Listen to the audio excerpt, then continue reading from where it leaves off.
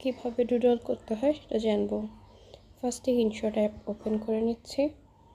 তারপর এখানে ফটোসে গিয়ে যে কোনো একটা নতুন ফটোস নিয়ে আমি এখান থেকে একটা সিলেক্ট করে নিচ্ছি।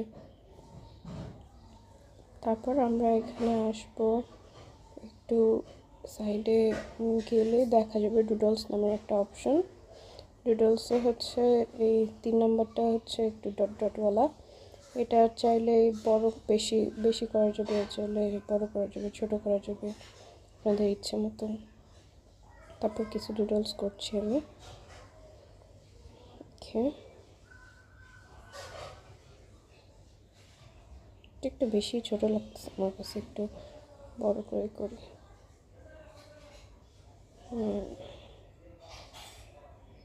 এরকম আপনাদের ইচ্ছে মতো আপনারা ডুডলস করে নেবেন।